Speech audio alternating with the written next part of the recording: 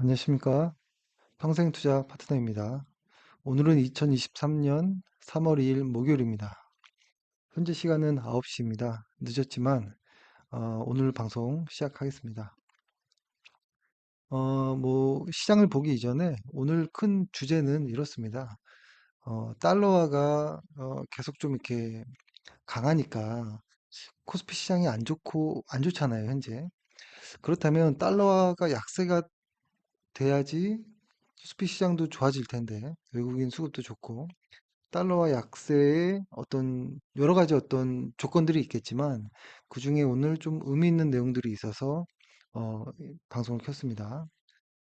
일단 시장은 코스피가 조금 올랐습니다. 코스피가 오른 내역을 이렇게 좀 보면 확실히 오늘 외국인들의 수급이 좋았죠. 한 5천억 이상 매수가 들어왔고 그 다음에 거래소도 프로그램 비차익에서도 한 3,600억 정도가 들어오면서 시장 분위기는 좀 좋았거든요.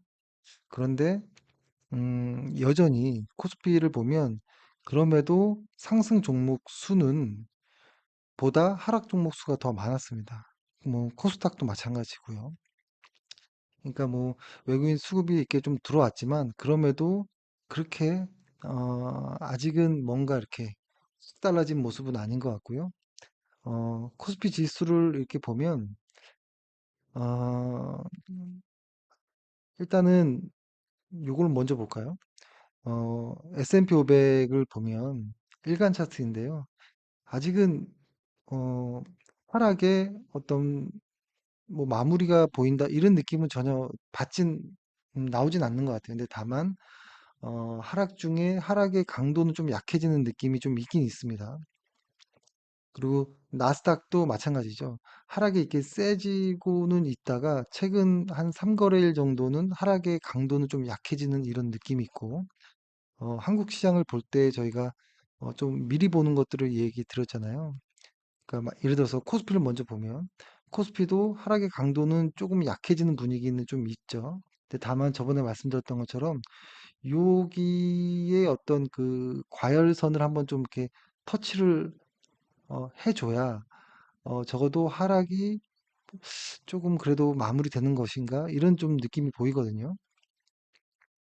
그것에 좀 어떤 선행되는, 코스피에 선행되는, 코스피는 아직 그런 모습은 아니죠. S&P 500, 나스닥 다 그렇고.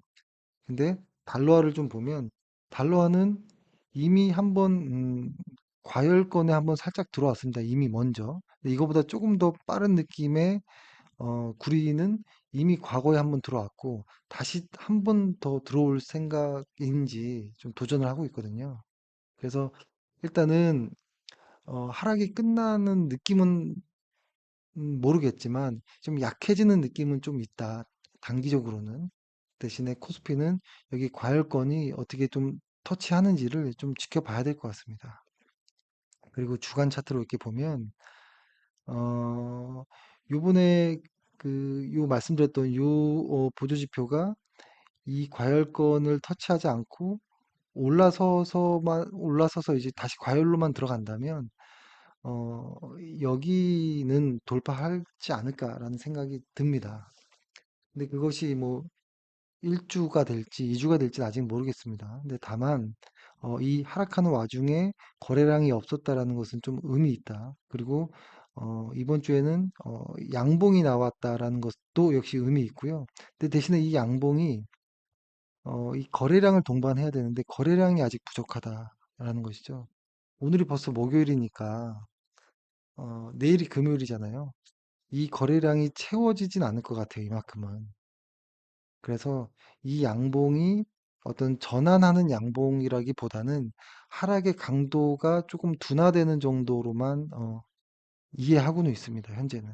근데 내일 모르죠. 내일 어떤 강한 무언가가 나올지는 모르겠지만 일단 뭐 벌써 목요일이니까 그러긴 쉽지 않을 것 같고 그 다음에 우리가 쉬는 동안 이제 중요한 어떤 수치들이 나왔죠. 그때 금요일 아니죠. 화요일 방송, 어제가 수요일이었으니까. 화요일 방송에서 말씀드렸던 것처럼 뭐 비슷하게는 나왔던 것 같아요.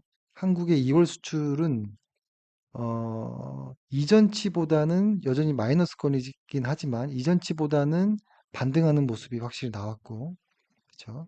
미국의 2월 ISM 제조업 지수 역시 아직 50 아래이지만 이전치에 비해서는 반등하는 모습이 확실히 좀 나왔다. 예상치보다는 조금 덜 나왔지만 이런 모습이 나왔고, 근데 다만 좀 중요한 것은 중국의 제조업 PMI, 비제조업 PMI가 상당히 강하게 나왔습니다. 이전치에 비해 생각보다 세게 나왔던 것 같아요.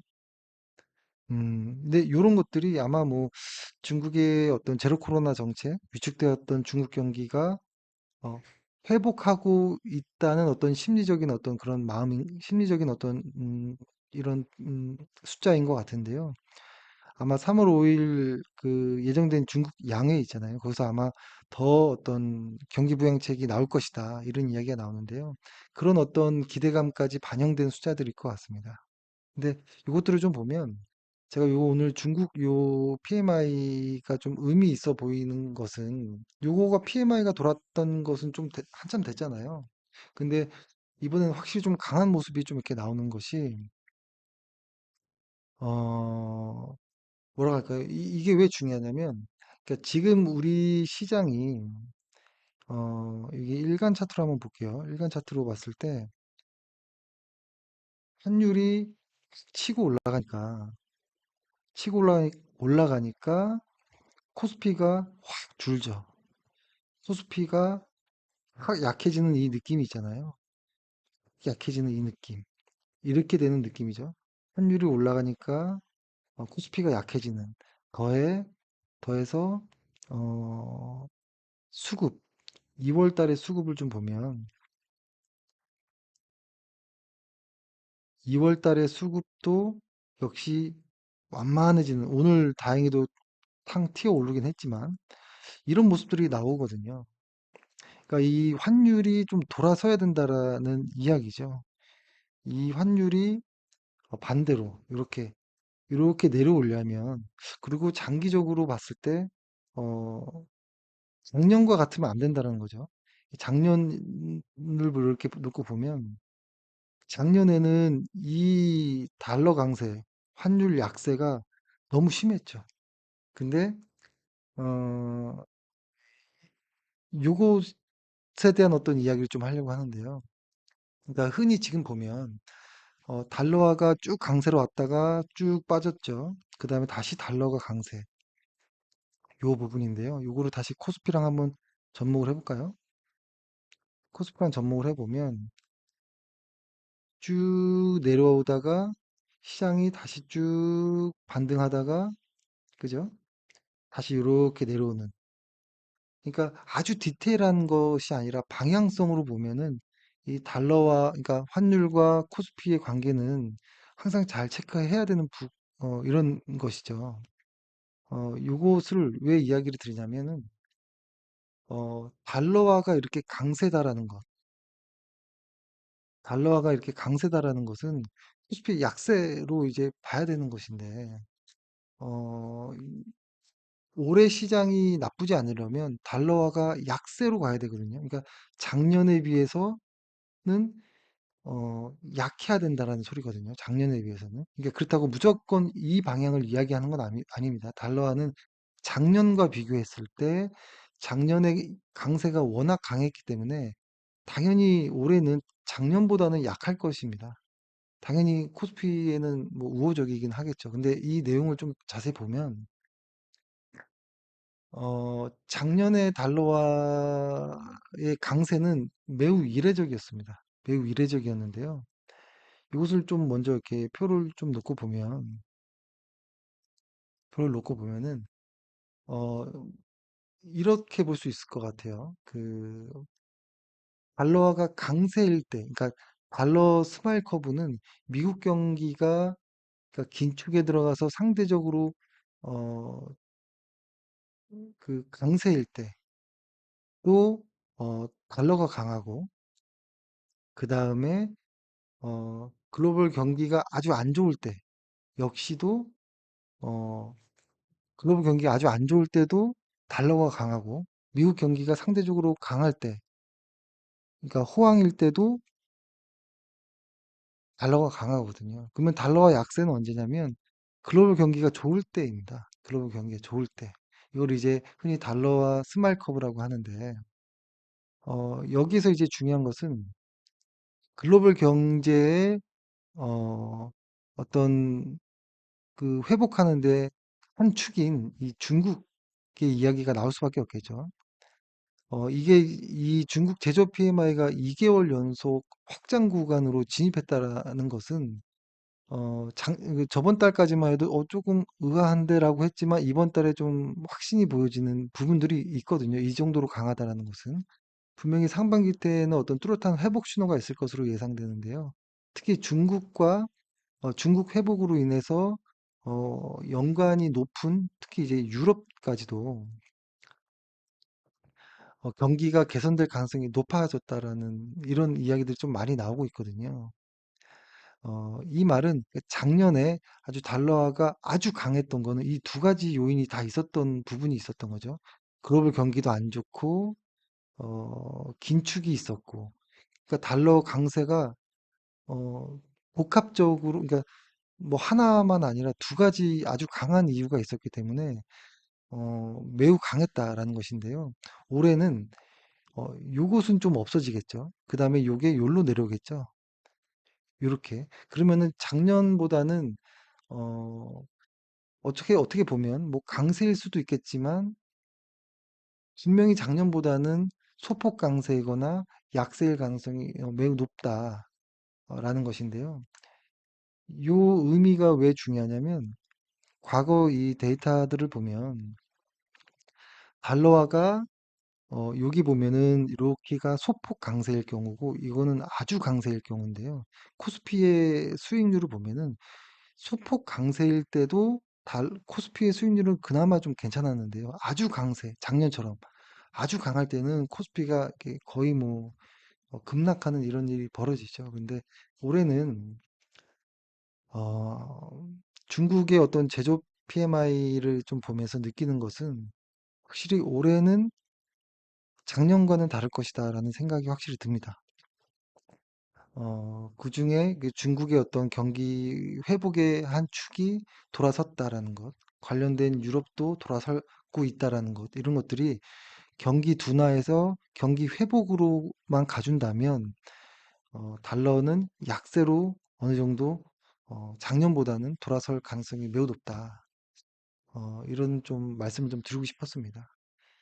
근데 이런 것들이 역시 뭐 시나리오일 수 있겠죠. 시나리오일 수 있겠는데요. 일단 3월에는 엊그제였나요? 그때 방송에서 말씀드렸던 것처럼 3월은 비중 확대, 여전히 비중 확대라는 관점이 있고요. 그리고 금리 인상 요즘에 이제 뭐 이야기가 나왔잖아요. 그러니까 미국 경기가 아까 여기 그 표를 보면 알듯이 미국 경기가 상대적으로 좀 좋다라고 최근에 어떤 경기 지표들이 나오니까 금리를 건드려 버리고 환율을 건드리잖아요. 근데 어, 그것으로 인한 어떤 그러니까 금리를 건드리는 그 요소인 금리 종료 사이클이 저는 아마 3월이면 거의 정점을 통과하지 않나, 거의 끝나는 거 아닌가? 뭐 이런 생각을 하고 있습니다. 그 말은 이제 뒤집어질 시간이라는 것이죠. 그래서 뭐 시간이 뭐 그렇게 멀진 않을 것 같아요. 그래서 내일 아마 코덱스 200을 또 적립식으로 매수를 할 것이고 혼합형 역시도 매수를 할 것이거든요. 어, 꼭 매수를 좀 이렇게 비중을 많이 실어서 올해 말에는 좀 이렇게 좋은 성과가 나왔으면 다들 나왔으면 하는 바람이 있습니다. 예. 아, 그리고 오늘은 도전 비전을 단기로 매수하였던 도전 비전을 매도하였습니다. 이것도 아마 그때 방송에서 말씀드려서 써놓는 건데요. 도전 비전을 아이고 뭐야? 도전 비전을 요때 매수를 했는데요. 오늘 갑자기 13%가 오르더라고요. 그래서 저희는 일단 뭐 단기 매수였으니까 5에서 10% 정도면 뭐 매도합시다. 이런 마음으로 단기 매수를 한 거잖아요. 근데 10% 정도 상승이 나와서 매도를 했는데요. 사실 추세적으로는 더 갈 것 같은 이런 모습이 좀 나오더라고요. 근데 다만 정해놓은 수익률에 달성을 했고, 그 다음에 왜 오르는지는 모르겠더라고요. 아직은 오늘 이렇게 상승하는 이유가 뭐 며칠 후에 나올지 뭐 모르겠지만 무슨 이유로 오르는지는 아직은 잘 모르겠더라고요. 그래서 일단은 정해놓은 수익률을 달성해서 매도를 했고요. 다만 장기 투자한 그 비중은 여전히 좀 내두고 좀 길게 보더라도 반드시 수익을 좀 충분히 취할 수 있도록 좀 이렇게 계속 추적하겠습니다. 예, 오늘 하루 고생 많으셨고요. 예, 내일 금요일입니다. 예, 내일도 화이팅 하겠습니다. 수고하셨습니다.